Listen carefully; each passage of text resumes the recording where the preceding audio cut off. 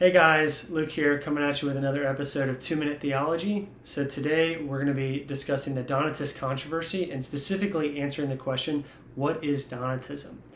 So Donatism arose in the 4th century. Specifically, there was a bishop in Africa, his name was Felix, and the church in Africa was undergoing a persecution by the Romans. And so Felix decided to give Bibles over to be burned in order to cooperate with the Romans so that he himself wouldn't be persecuted.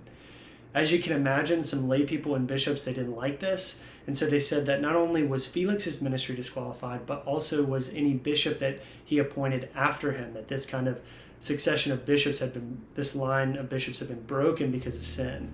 So this bishop named Cecilian, they said that any sacrament that Cecilian performed and anyone that was in his church wasn't in a true church, and that they weren't actually getting valid sacraments.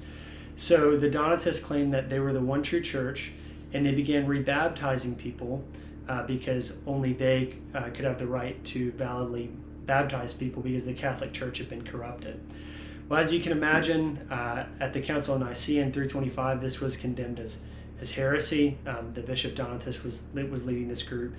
And in the 5th century, they pretty much died out because St. Augustine wrote a series of books and sermons and treatises against them as well, condemning them as heretics. And his main point being that the validity of baptism doesn't rest in the faithfulness of the bishop who baptizes, but it rests in the faithfulness of Christ.